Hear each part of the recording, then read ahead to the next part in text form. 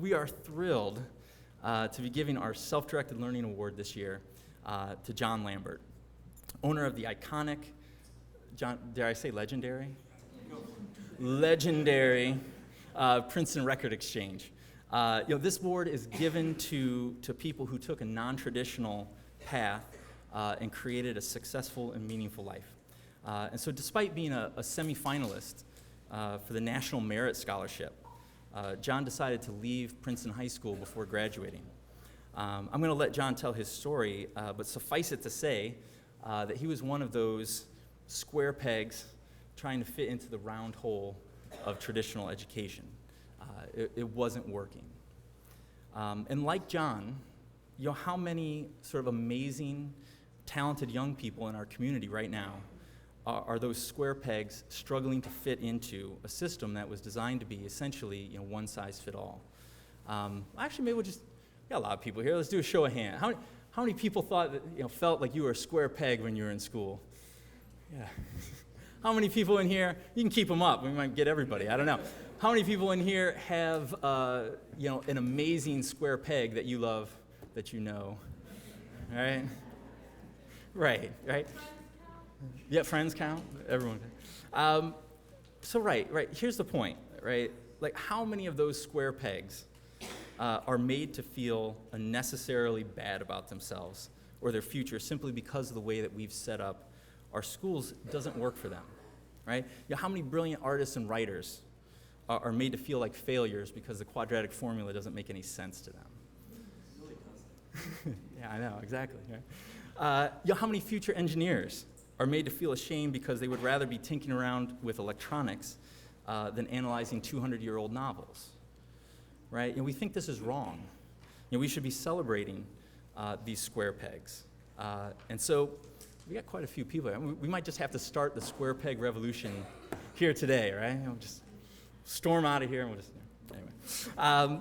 And so the Learning Cooperatives are on a mission to make sure that every young person knows that there are many, many paths to a successful and happy life, and they don't all have to include traditional school. You can leave, you can take control of how you spend your time and what you learn and still turn out just fine. In fact, most of the time, much better than fine, right? And so John is a great example of what is possible. And so without any further preaching from me, John, why don't you come on up here for a second? Come on up.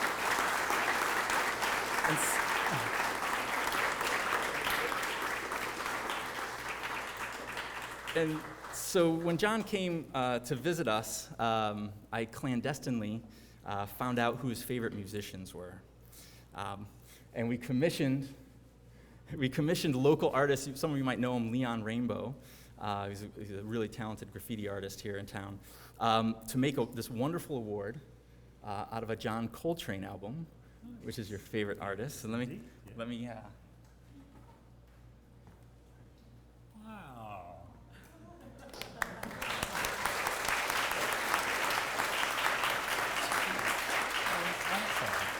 I love it. That's absolutely great. So we are very proud to present the 2017 Self-Directed Learning Award to John Lambert. Thank you. This is really good. Thank you so much. So we'll try microphone. Okay. So yeah, thank you for the intro. That's really great, and for this award. I've never got an award before, so that's nice. I thought maybe I'd get this cool little thing, but this is so much better. Can I have that too? No, I want this. This is great. So thank you very, very, very much. I don't do a lot of public speaking, but there's something about this group of all individuals that's very comforting to me. I didn't have to wear a suit, so that's cool, right? So we could just wear what we want to wear and be who we want to be, and that's great. When I was in high school age, I never imagined I'd be like this. It was a tough time. It was tough to be a high school kid for me.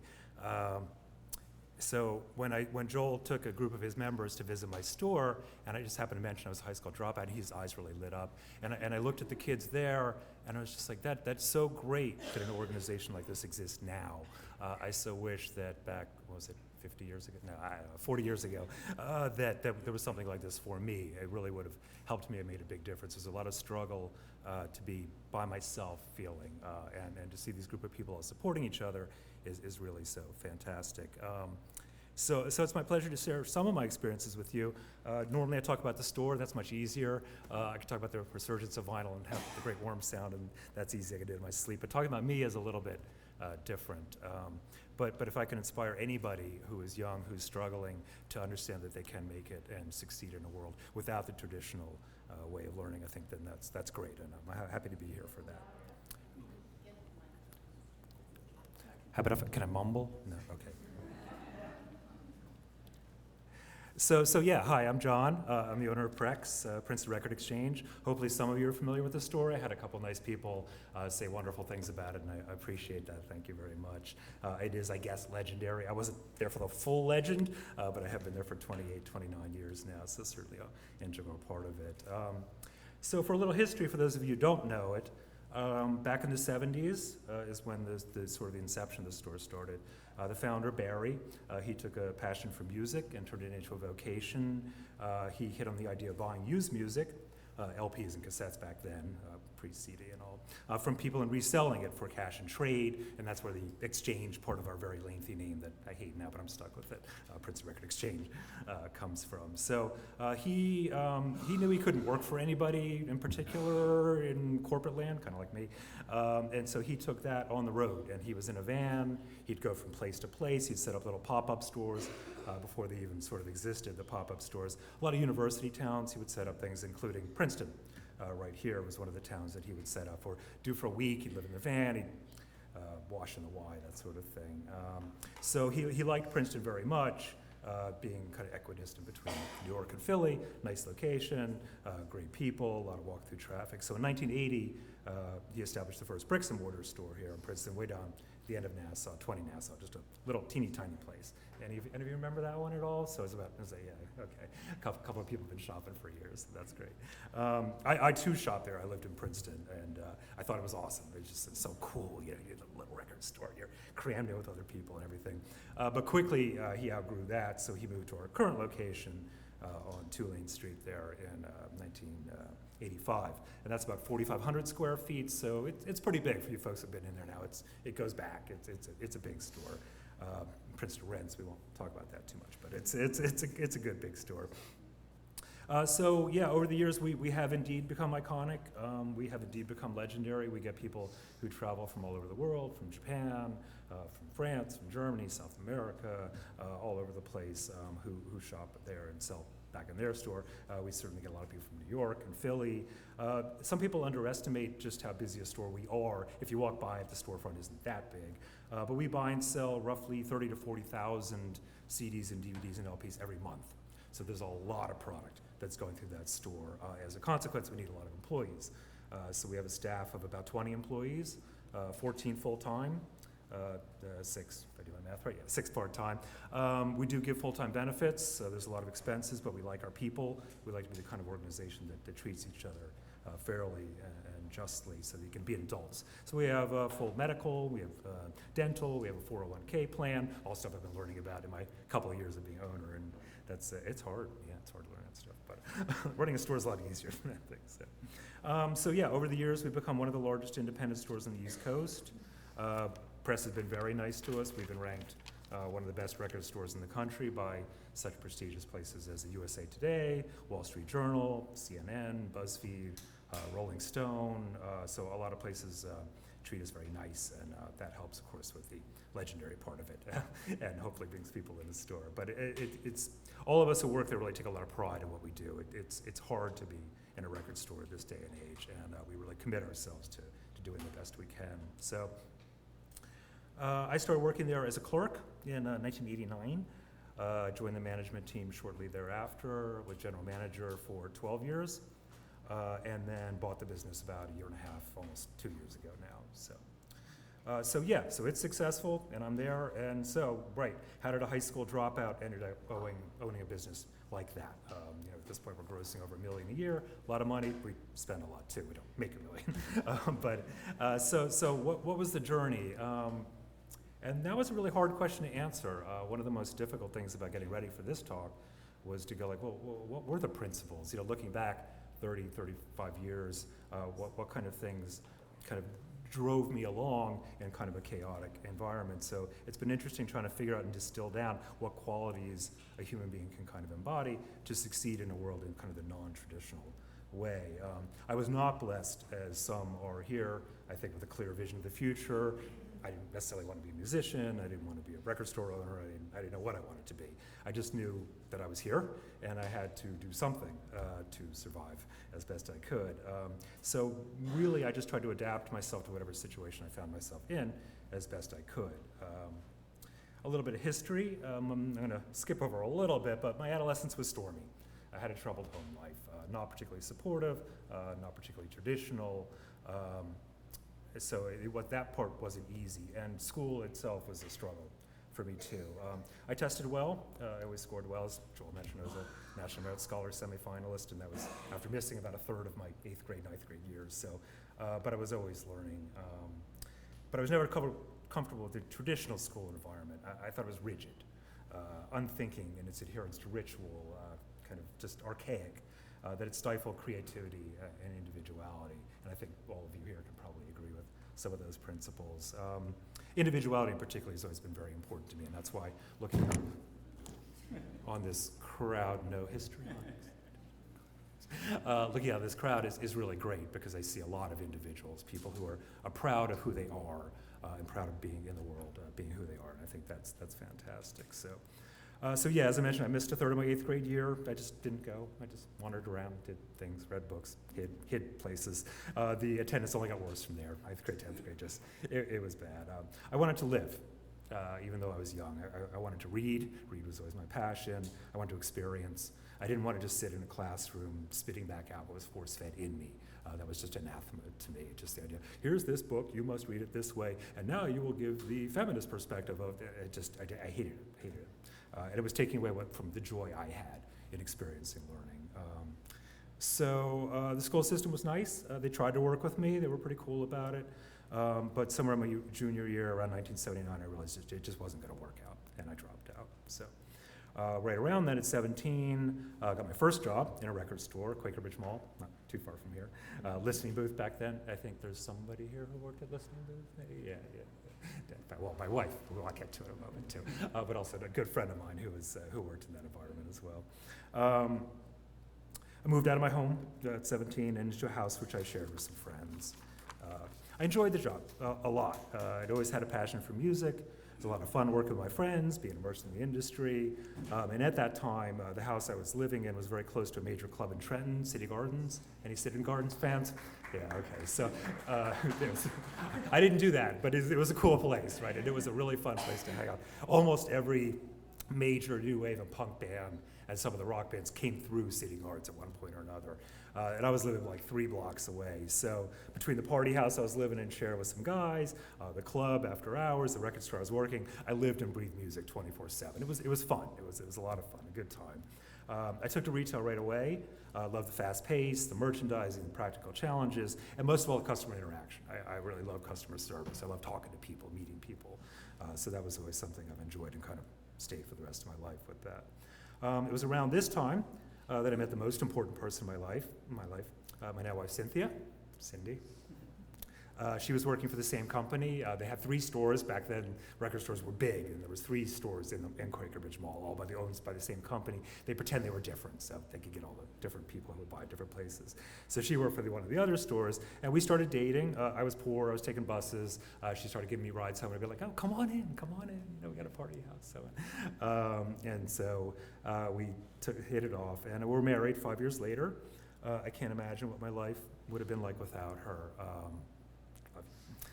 While I'm sure that you can have a complete life without a partner, it's not essential. I encourage everyone to lean on wherever love they can find it. If it's family, that's great. If it's friends, that's great. If there's other loved ones, that's great.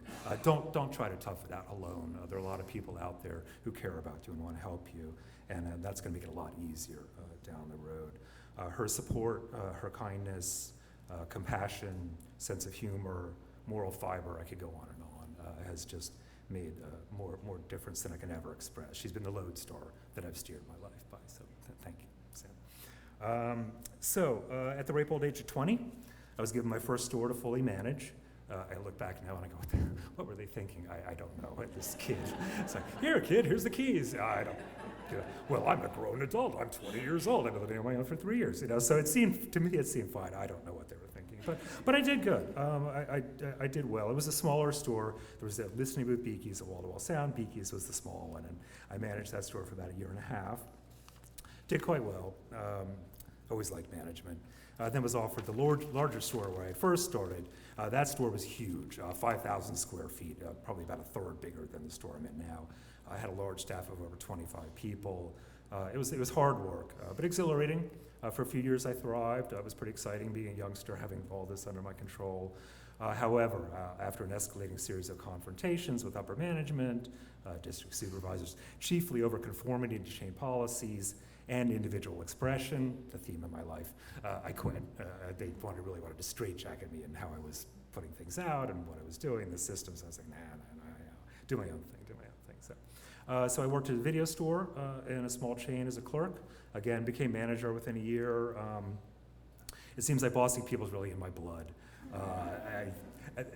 I came out of chaos in youth, and I think I'm really drawn to creating stable environments.